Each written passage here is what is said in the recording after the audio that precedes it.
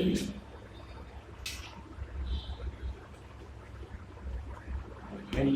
બચ્ચા party, good afternoon all of you. કેમ છો બધાય? મજામાં? તબિયત પાણી સારા?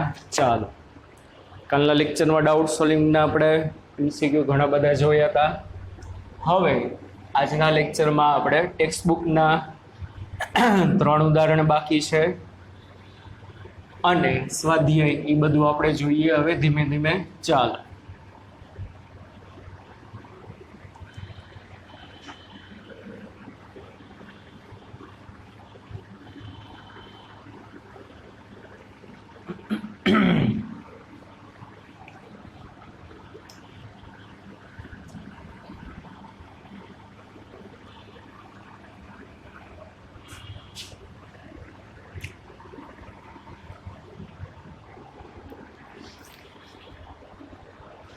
ઉદાહરણ નંબર 7 ટેક્સ્ટ બુક કાઢજો. ઉદાહરણ નંબર 7 એમાં રકમ આપેલી છે. ગેલેલિયોએ તેના પુસ્તક ટુ ન્યૂ સાયન્સીસ, એટલે ગેલેલિયોએ એક બુક લખી હતી ટુ ન્યૂ સાયન્સીસમાં એવું વિધાન કર્યું છે. કેવું વિધાન કર્યું છે? એવું વિધાન કર્યું છે 45 ડિગ્રીના ખૂણા સાથે સમાન તફાવત ધરાવતા બે જુદા જુદા કોણે પદાર્થને પ્રક્ષિપ્ત કરવામાં આવે તો તેમની અવધિ સમાન મળે છે. આ વિધાન આપણે સાબિત કરવાનું છે. જો ટેક્સ્ટ બુકમાં જે ઉદાહરણ આપ્યું છે એમાં કંઈ ખબર જ નહીં પડે, ખાલી વાર્તા જ લખી છે, બરાબર? આપણે સાવ સિમ્પલ ભાષામાં સમજીએ. ઉદાહરણ નંબર 7.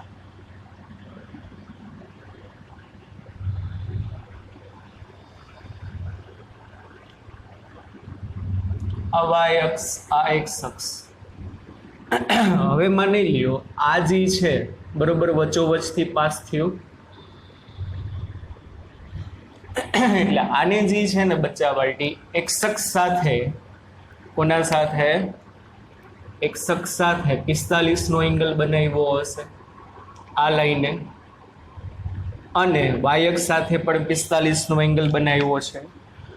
ગેલેલિયોએ એની બુકમાં શું કીધું કે ભાઈ 45 સાથે બે સમાન તફાવત ધરાવતા કોણે જો તમે પદાર્થને ફેંકો ને તો તેની અવધિ સમાન મળે. એ શું કહું છું તમને, જુઓ. એક પદાર્થને માની લ્યો આમ ફેંકો, બીજા પદાર્થને તમે આમ ફેંકો. હવે આ જે બે પદાર્થ છે એની રેન્જ કેવી મળે છે? સમાન, R1 બરાબર R2.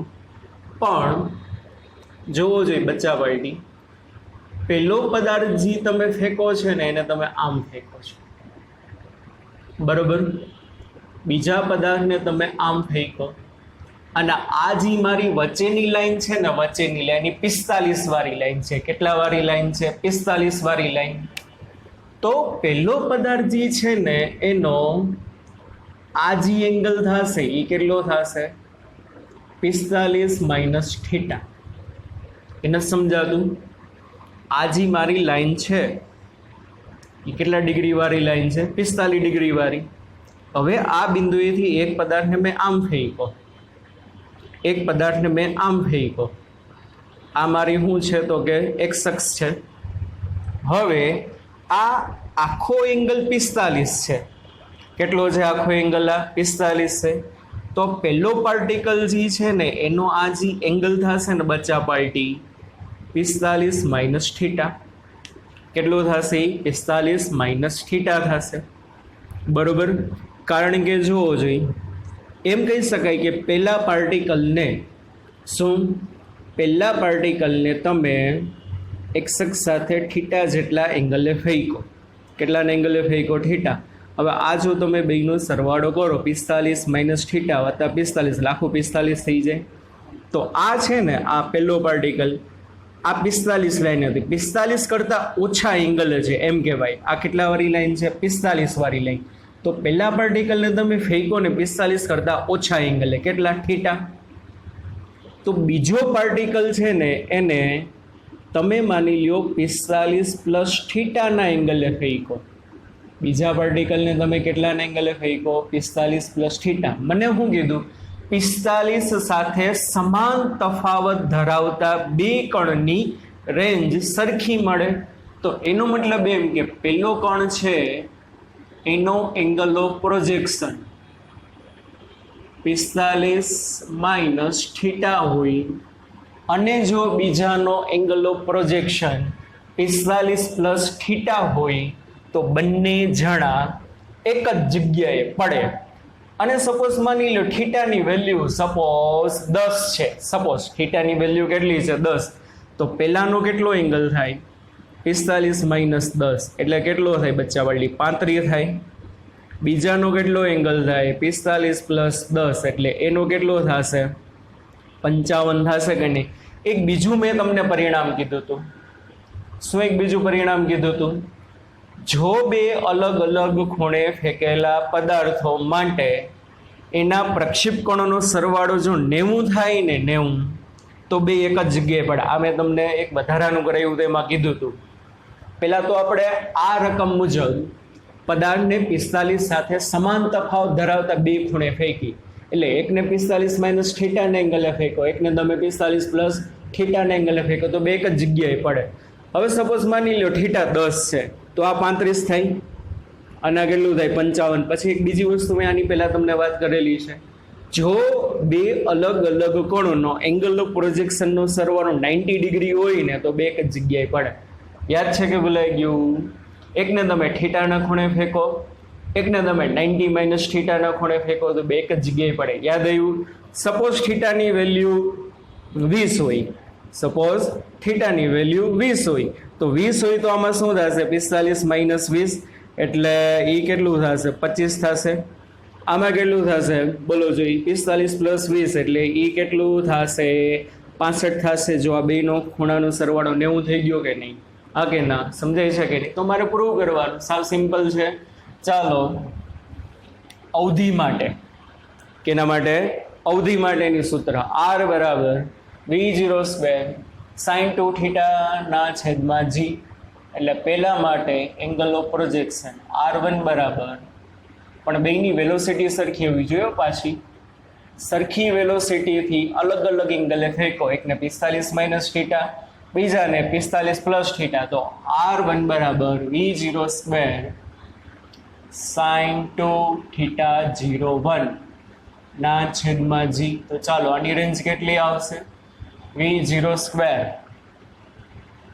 સાઇન ઇન્ટુ 2, આનો એંગલ ઓફ પ્રોજેક્શન છે 45 માઇનસ થીટા ના છેદમાં G. ચાલો બે અંદર જાય તો V0 સ્ક્વેર સાઇન, બે અંદર જાય એટલે 2 ગુણ્યા 45 90 ડિગ્રી માઇનસ 2 થીટા ના છેદમાં G બરોબર. એટલે V0 સ્ક્વેર સાઇનની અંદર 90 આવ્યું એટલે વિધેય બદલાય છે એટલે આ શું આવે? cos 2 theta. અને 90 માઇનસ 2 થીટા પહેલું ચરણ, પહેલા ચરણમાં તો સાઇન પોઝિટિવ જ હોય છેદમાં G. તો ચાલો બચ્ચા પાર્ટી પહેલાની રેન્જ આટલી આવી, હા કે ના? ચાલો બીજા કણને એંગલ ઓફ પ્રોજેક્શન કેટલો છે? 45 પ્લસ થીટા છે. કેટલાનો છે? 45 પ્લસ થીટા. તો આનો મતલબ શું થશે? જોવો છે. R2 બરાબર V0 સ્ક્વેર સાઇન 2, એનો angle of projection 45 plus theta ના છેદમાં G. એટલે આ શું આવે બચ્ચા પાર્ટી? V0 સ્ક્વેર બરાબર સાઇન 90 પ્લસ 2 થીટા ના છેદમાં G. સાઇનની અંદર 90 આવ્યું એટલે વિધેય બદલાઈ જાય એટલે શું આવે? V0 square sign 2 theta. અહીંયા જે એંગલ હોય સાઇન ભેગો મૂકી દેવાનો. 90 પ્લસ 2 થીટા પહેલું ચરણ, બીજું ચરણ, બીજા ચરણમાં તો સાઇન પોઝિટિવ જ હોય એટલે આ પોઝિટિવ. વિધેય બદલાઈ ગયું 90 છે એટલા માટે છેદમાં G. તો જોવો છે R1 અને R2 બેના સૂત્ર સરખા આવ્યા કે નહીં? V0 સ્ક્વેર cos 2 થીટા છેદમાં G, V0 square cos 2 theta છેદમાં G માટે R1 બરાબર R2. તો આ બચ્ચા પાર્ટી પરિણામ ખાસ યાદ રાખવાનું, MCQ માટે ખૂબ જ અગત્યનું. θ01 જો 45 માઇનસ થીટા હોય, θ02 જો 45 પ્લસ થીટા હોય તો રેન્જ સરખી મળે. અને બીજી કન્ડિશન θ01 બરાબર થીટા હોય અને θ02 બરાબર 90 માઇનસ થીટા હોય. આ બે કન્ડિશન યાદ રાખવાની, તો પણ એની રેન્જ કેવી મળે? સરખી મળે. ટૂંકમાં બે એંગલ ઓફ પ્રોજેક્શનનો સરવાળો કરવાનો 90 ડિગ્રી થવો જોઈએ. હા, જો થયો અહીંયા 45 માઇનસ થીટા 45 પ્લસ થીટા કરો એટલે 90 થઈ જાય. અહીંયા થીટા વત્તા 90 માઇનસ થીટા એટલે આ 90 થઈ જાય. એટલે રેન્જ કેવી મળે? સરખી મળે. એટલે બે રિઝલ્ટ ખાસ યાદ રાખજો. આ તમને ઓલરેડી પહેલાં મેં કરાવેલું છે આ ઉદાહરણ 7 મુજબ. ચાલો, લખાઈ ગયું. ઉદાહરણ 8.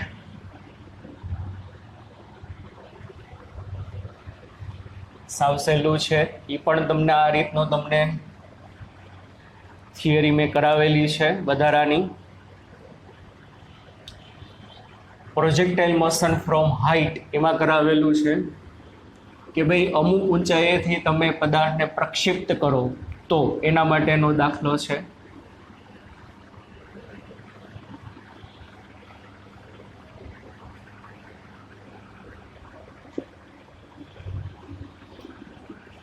જો શું છે દાખલો? એક પર્વતારોહક જમીનથી 490 મીટર ઊંચે, કેટલી ઊંચાઈએ? 490 મીટર ઊંચે પર્વતની ધાર પર ઊભો છે. ક્યાં ઊભો છે? હાટી ગયું.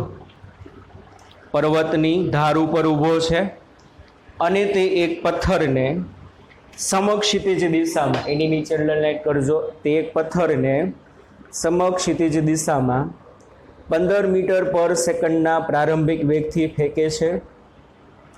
હવાના અવરોધને અવગણતા પથ્થર કેટલા સમયમાં જમીન ઉપર પહોંચે તથા જમીન ઉપર અથડાતી વખતે પથ્થરનો વેગ કેટલો? ચાલો, એક પર્વત છે,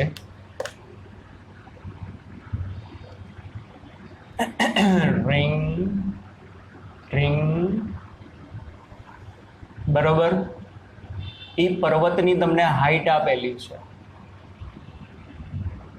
કેટલી હાઈટ છે? 490 મીટર. હવે પર્વત ઉપર એક વ્યક્તિ ઊભો છે, એ એક પથ્થરને સમક્ષિતિજ દિશામાં આમ ફેંકે છે. રિંગ કેટલાના વેગથી? v0 બરાબર 15 મીટર પર સેકન્ડના વેગથી ફેંકે છે. તો આપણે કીધું હતું પથ્થર આમ સીધો સીધો ના જાય, ગ્રેવિટીને કારણે ધીમે ધીમે ધીમે આમ નીચે આવશે. હા કે ના? તો મને શું કીધું છે બચ્ચા પાર્ટી? સાવ સહેલું. પથ્થરને જમીન ઉપર આવવામાં કેટલો સમય લાગશે અને જમીનને અડગે ત્યારે એની વેલોસિટી કેટલી હશે? ચાલો, સમક્ષિતિજ દિશામાં એને ઘા કર્યો 15ના વેગથી, તો શું થશે બોલો? v0x બરાબર 15 અને v0y બરાબર 0. આ કે ના? સમજાય છે કે નહીં? કારણ કે આમ સીધો ઘા કરો છો એટલે પ્રારંભિક વાય દિશાનો વેગ કેવો હશે? 0. તો જમીન ઉપર પહોંચવા માટે લાગતો સમય સાવ સહેલું. અને આ ગતિમાં એનું એક્સેલરેશન કેટલું હશે? એ બરાબર -g જેટલું. અવકાશમાં ગતિ કરે, પ્રોજેક્ટાઇલ મોશન છે. ચાલો, તો પથ્થરને જમીન પર આવવા લાગતો સમય સાવ સિમ્પલ. પ્રક્ષિપ્ત ગતિ એક્સ અક્ષ અને વાય અક્ષની સ્વતંત્ર ગતિ છે. તો તમે એમ કહો ભાઈ પથ્થર અહીંથી અહીંયા આવે તો ઋણ વાય દિશામાં કેટલું અંતર કાપ્યું કહેવાય? 490 મીટરનું. કેટલું અંતર કાપ્યું કહેવાય? 490 મીટરનું. તો ચાલો, શું થશે? ગતિનું સમીકરણ જે છે આપણા પાસે y બરાબર v0t પ્લસ હાફ at². બરાબર. ચાલો, તો y બરાબર શું થશે? નીચેની બાજુ અંતર કાપ્યું 490 મીટરનું ઋણ વાયમાં એટલે -490 v0y ay y દિશાનો પ્રારંભિક વેગ તો 0, સમક્ષિતિ દિશામાં ઘા કર્યો, ay બરાબર -g એટલે -12 એને ગુણ્યા -9.8 સોરી માઇનસ અહીં લખી નાખ્યું છે આગળ, એને ગુણ્યા શું થશે તો કે t², સમજાય છે કે નહીં? તો ચાલો આ શું આવે -490 એને ગુણ્યા 2 એને ભાંગા 9.8 બરાબર -t², માઇનસ માઇનસ પ્લસ, આ કે ના? સમજાય છે કે નહીં? 490 ભાંગા 9.8 અને ગુણ્યા 2 અને ઈજી જવાબ આવે, તમે એનું પછી વર્ગમૂળ કાઢો એટલે આજે તમારો ટાઈમ આવશે ને બચ્ચા પાર્ટી, એ આવશે t બરાબર 10 સેકન્ડ. પથ્થરને જમીન ઉપર પહોંચવા માટે કેટલો સમય લાગશે તો કે 10 સેકન્ડનો સમય લાગશે. કેટલો સમય લાગશે તો કે 10 સેકન્ડનો. ઓકે, ચાલો પછી બીજું શું પૂછ્યું છે એમાં કે જમીન પર અથડાતી વખતે તેનો વેગ કેટલો હશે. ચાલો પથ્થર ગતિ કરતો કરતો આમ આવ્યો, ધબાંગ નેરીનો આમ પડ્યો. હવે આમ પડશે એટલે શું થશે બોલો? x દિશાનો વેગ તો કેટલો હશે? શરૂઆતમાં તો એટલો જ હશે, vx બરાબર v0x, કારણ કે પ્રોજેક્ટાઇલ મોશનમાં x દિશાનો વેગ બદલાય નહીં. મારે ખાલી y દિશાનો એનો વેગ કેટલો હશે જમીન આરે ભટકાય ત્યારે ગોતવું પડશે. ચાલો તો બીજું, જમીન પર પરિણામી વેગ બોલો બચ્ચા પાર્ટી શું થશે? vx બરાબર તો શું થશે? v0x એટલે 15 મીટર પર સેકન્ડ જ થશે. ચાલો vy ગોતવું પડે જમીન નડે ત્યારે. y દિશાનો વેગ કેવી રીતે મળશે? vy બરાબર v0y પ્લસ ayt, v બરાબર v0 પ્લસ at. y દિશામાં પ્રવેગી ગતિ છે, અચળ પ્રવેગી ગતિ. vy બરાબર v0 પ્લસ at, vy બરાબર v0y પ્લસ ayt. ચાલો vy એટલે જમીનને અડે ત્યારનો વેગ, એ તો ગોતવાનો જ છે. v0y 0, અહીંયા આવશે -9.8, ay બરાબર -g એટલે -9.8 એને ગુણ્યા t એટલે કેટલો સમય લાગ્યો? 10 સેકન્ડ. તો vy બરાબર શું આવશે? -98 મીટર પર સેકન્ડ. જો માઇનસ શા માટે આવ્યો? આકૃતિ બધી ખબર પડે છે, અધો દિશામાં હશે. કઈ દિશામાં હશે? અધો દિશામાં. તો પરિણામી વેગ માટે માનાંકમાં ખાલી v સદિશ બરાબર શું થાય? v સદિશ બરાબર બોલો 15 i caret minus 98 j caret બરાબર. i નો વેગ થશે, એનું મૂલ્ય ઝડપ શું થશે? વેગનું મૂલ્ય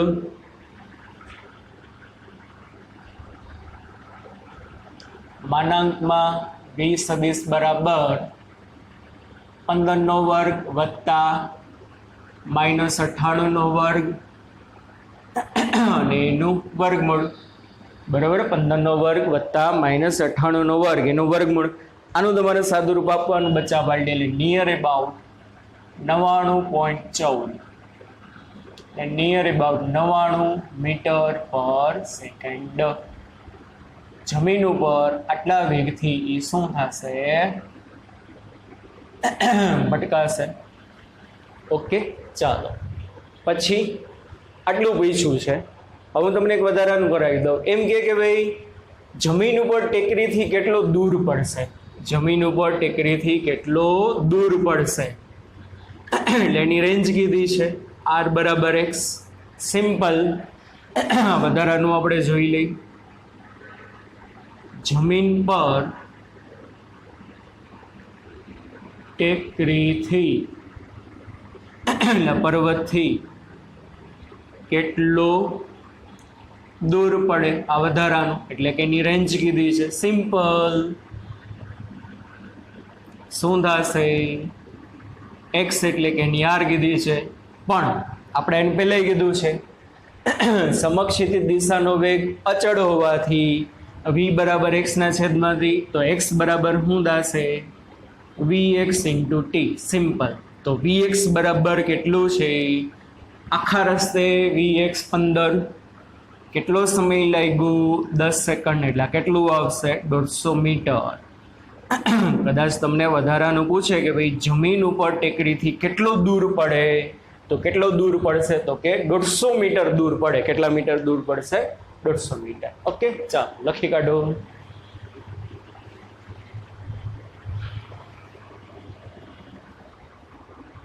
સ્વાધ્યાયનો 9મો, સોરી ઉદાહરણ 9.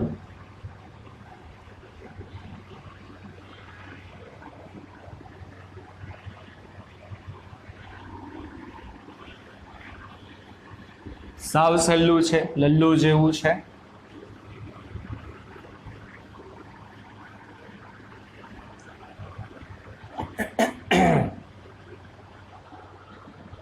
ઉદાહરણ 9.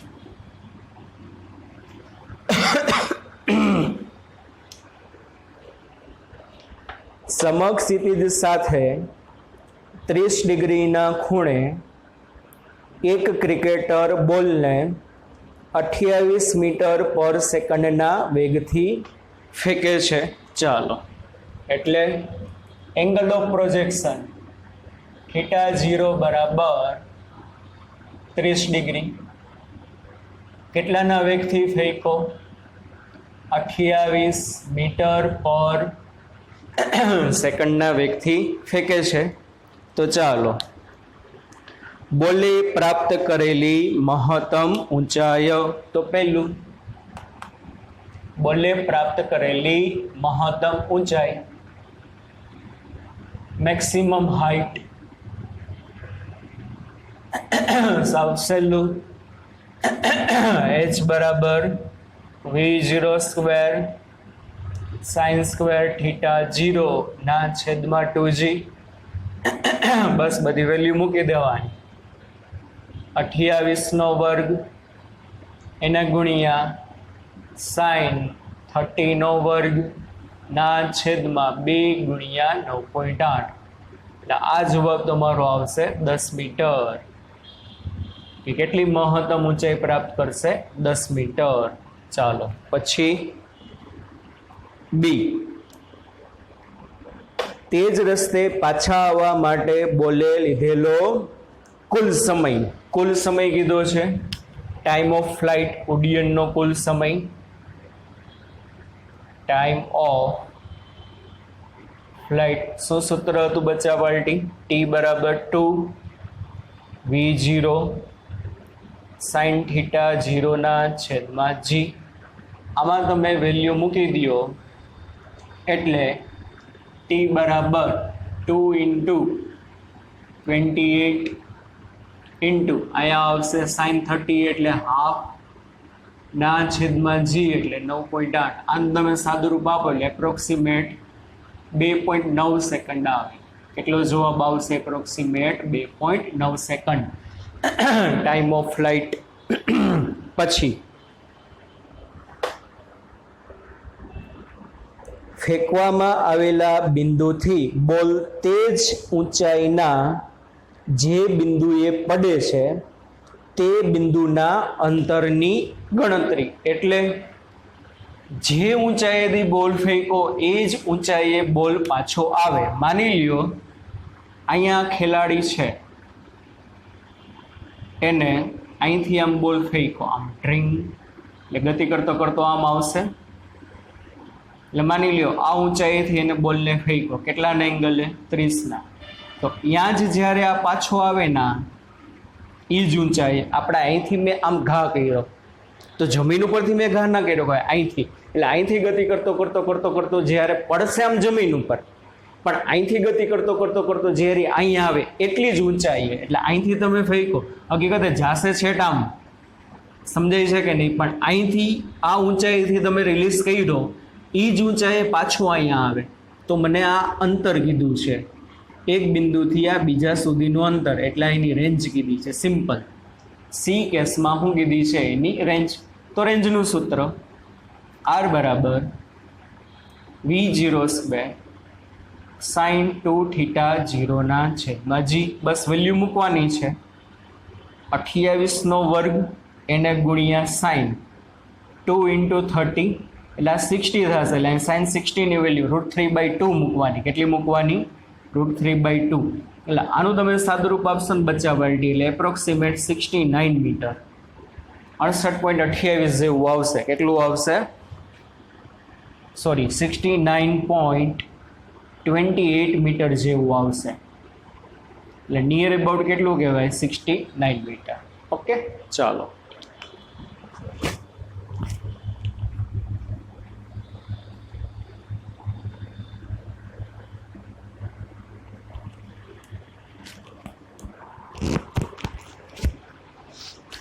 હલો, 10મું ઉદાહરણ તો તમને કરાવી દીધું છે. સ્વાધ્યાયના દાખલા જે છે એમાં પહેલો, બીજો, ત્રીજો સાવ સહેલો છે. જો સ્વાધ્યાયનો પહેલો, નીચે આપેલી ભૌતિક રાશિઓમાંથી દર્શાવો કે કઈ સદિશ છે કઈ અદિશ છે. ચાલો આવડે. કદ કેવી રાશિ? સ્વાધ્યાયના દાખલા કાઢજો.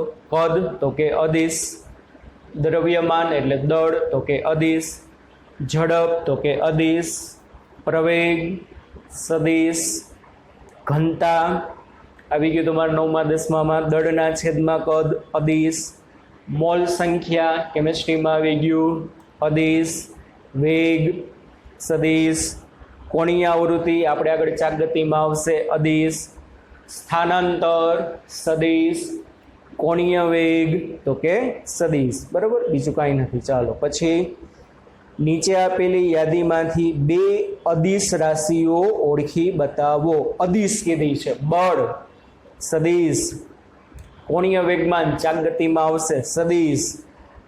બરોબર, બળ તો કે સદિશ, કોણીય વેગમાન તો કે સદિશ, કાર્ય, કાર્ય એટલે ઉર્જા, બીજું કાંઈ નહીં, અદિશ. આપણે અદિશ કીધું છે, કાર્ય એટલે અદિશ. વિદ્યુત પ્રવાહ, ફ્લો ઓફ ઇલેક્ટ્રોન, ઇલેક્ટ્રોન એક સ્થાનેથી બીજા સ્થાને જાય એટલે વિદ્યુત પ્રવાહ રચાણો કહેવાય. તો એ અદિશ. કાર્ય પણ અદિશ, વિદ્યુત પ્રવાહ પણ અદિશ. રેખીય વેગમાન, વેગમાન આપણા 5મા ચેપ્ટરમાં આવશે સદિશ રાશિ. વિદ્યુત ક્ષેત્ર 12મામાં આવશે સદિશ રાશિ. સરેરાશ વેગ, વેગ આવ્યું સદિશ રાશિ. ચુંબકીય ચાક માત્રા એ 12મામાં આવશે સદિશ રાશિ. સાપેક્ષ વેગ, વેગ શબ્દ આવ્યો એટલે સદિશ રાશિ. તો કાર્ય અને વિદ્યુત પ્રવાહ અદિશ રાશિ થશે. નીચે આપેલી યાદીમાંથી ફક્ત સદિશ રાશિઓ ઓળખી બતાવો. ખાલી સદિશ કઈ? ચાલો, તાપમાન, તાપમાનને કઈ દિશા ના હોય અદિશ. દબાણ, દબાણને પણ કઈ દિશા ના હોય અદિશ. આઘાત 5મા ચેપ્ટરમાં આવશે. આઘાત એટલે હું? વેગમાનનો ફેરફાર આવશે આપણે 5મા ચેપ્ટરમાં, ત્યારે વાત કરશું. બળનો આઘાત, હકીકતે આખો શબ્દ શું છે? બળનો આઘાત. ઇમ્પલ્સ ઓફ ફોર્સ, હું બોલાય એને ઇમ્પલ્સ ઓફ ફોર્સ, આપણા 5મા ચેપ્ટરમાં આવશે. આઘાત એટલે વેગમાનનો ફેરફાર, અને વેગમાન સદિશ રાશિ હોવાથી આઘાત એક એવી રાશિ થશે સદિશ. 5મા ચેપ્ટરમાં આવશે એટલે સદિશ કીધું તો એટલે આઘાત સદિશ રાશિ. સમય અદિશ રાશિ, સમયને કઈ દિશા ના હોય. ચાલો, પાવર એ અદિશ, પથ લંબાઈ એ અદિશ, ઉર્જા પણ અદિશ. ગુરુત્વીય સ્થિતિમાન 8મા ચેપ્ટરમાં આવશે અદિશ. ઘર્ષણાંક 5મા ચેપ્ટરમાં આવશે અદિશ. વિદ્યુત ભાર એ તો તમારા 8મા 9મામાં આવી ગયું વિદ્યુત ભાર, અદિશ રાશિ છે, તેમ છતાં 12મામાં પણ આવશે. ચાલો, એટલે માત્ર એક જ સદિશ રાશિ છે. કોણ? તો કે આઘાત. ચોથું છે એમાં શું કીધું છે? કારણ સહિત જણાવો કે અદિશ તથા સદિશ રાશિઓ સાથે નીચે દર્શાવેલી કઈ પ્રક્રિયાઓ અર્થપૂર્ણ છે. એટલે નીચે સદિશ અને અદિશ વિશે જુદા જુદા સ્ટેટમેન્ટ આપ્યા છે, એમાંથી કયું સાચું અને કયું ખોટું એ કહેવાનું છે. ચાલો, પહેલું, 2 અદિશોના સરવાળા. પહેલું સ્વાધ્યાયનો જે ચોથો છે એમાં પહેલું 2 અદિશોના સરવાળા. તો કે ના. કોક કે કેમ 2 અદિશોના સરવાળા ના થાય? થાય, પણ આમાં એને ચોખવટ કરવી પડે. સમાન પરિમાણ ધરાવતા બે અદિશ રાશિના સરવાળા થાય. અલગ અલગ પરિમાણ ધરાવતા બે અદિશ રાશિના સરવાળા ના થાય. ઓકે સર, આ તમે શું બોલો છો, કાંઈ ખબર ના પડી. સમાન પરિમાણ ધરાવતા અદિશ રાશિઓના સરવાળા થાય, પણ સમાન પરિમાણ ન ધરાવતા અદિશ રાશિના સરવાળા ના થાય. સિમ્પલ એક એક્ઝામ્પલ આપો. એક પાત્રમાં 1 કિલો તેલ ભરેલું છે, બીજા પાત્રમાં 2 કિલો તેલ ભરેલું છે. હવે તમે આ 1 કિલો તેલ અને 2 કિલો તેલ એક ત્રીજા પાત્રમાં તમે ઉમેરો, તો ત્રીજા પાત્રમાં જો તમે ઉમેરશો તો શું થશે? ચાલો, એનું દળ કેટલું થશે? એનું દળ 3 કિલો થશે કે નહીં? તો આપણે શું કર્યું? દળ કેવી રાશિ છે? અદિશ રાશિ છે. પરિમાણ એટલે શું? તો પરિમાણ એટલે શું કે લંબાઈ, પહોળાઈ, ઊંચાઈ, ક્ષેત્રફળ, દળ, સમય એને પરિમાણ કહેવાય. તો બે દળનો સરવાળો થાય, બે સમયનો સરવાળો થાય, બે તાપમાનનો સરવાળો થાય, સમાન પરિમાણ ધરાવતી અદિશ રાશિનો સરવાળો થાય. જો મેં એને ચોખવટ કરી હોય ને કે બે સમાન પરિમાણ ધરાવતી અદિશ રાશિનો સરવાળો, તો જવાબ હા. પણ આમાં જ મને ખાલી શું કીધું છે? બે અદિશ રાશિનો સરવાળો. ચોખવટ કરવી પડે એને. બે અદિશ રાશિ, દાખલા તરીકે હું કહું કે ભાઈ દળ અને સમય, તો દળ અને સમયનો સરવાળો કોઈ દી પોસિબલ છે? ના, નથી. કેમ નથી? હું એમ કહું કે એક પાત્રમાં 1 કિલો પાણી ભર્યું છે, બરોબર, એ પાત્રને તમારે બીજા પાત્રમાં નાખતા 3 સેકન્ડ લઈ ગઈ, તો બેનો સરવાળો કરો, 1 કિલો વત્તા 3 સેકન્ડ. શું નવું પરિમાણ મળે? કાંઈ ના મળે. કે નથી સમજાતું? મગજમાં ઉતારો સર. એક પાત્રમાં કિલો 1 પાણી ભર્યું હોય, એને તમે બીજા પાત્રમાં તમારે એને નાખતા 3 સેકન્ડ લઈ ગઈ, તો દળ 1 કિલો, સમય 3 સેકન્ડ, તો તમે બેનો સરવાળો કરો, 1 કિલો વત્તા 3 સેકન્ડ એટલે 4 કિલો 4 સેકન્ડ. શું લખવું? ના, શક્ય જ નથી.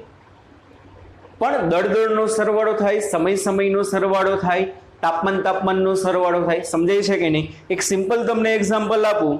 તમારે 9મા 10મામાં ક્યાંક આવતું અવરોધોનું શ્રેણી જોડાણ. શું આવતું? અવરોધોનું શ્રેણી જોડાણ. 3 અવરોધને તમે શ્રેણીમાં જોડ્યા હોય, શું હોય? 3 અવરોધ શ્રેણીમાં હોય, તો એનું પરિણામી શું થાય? R બરાબર R1 plus R2 plus R3 થાય કે નહીં? તો અવરોધ અદિશ રાશિ છે.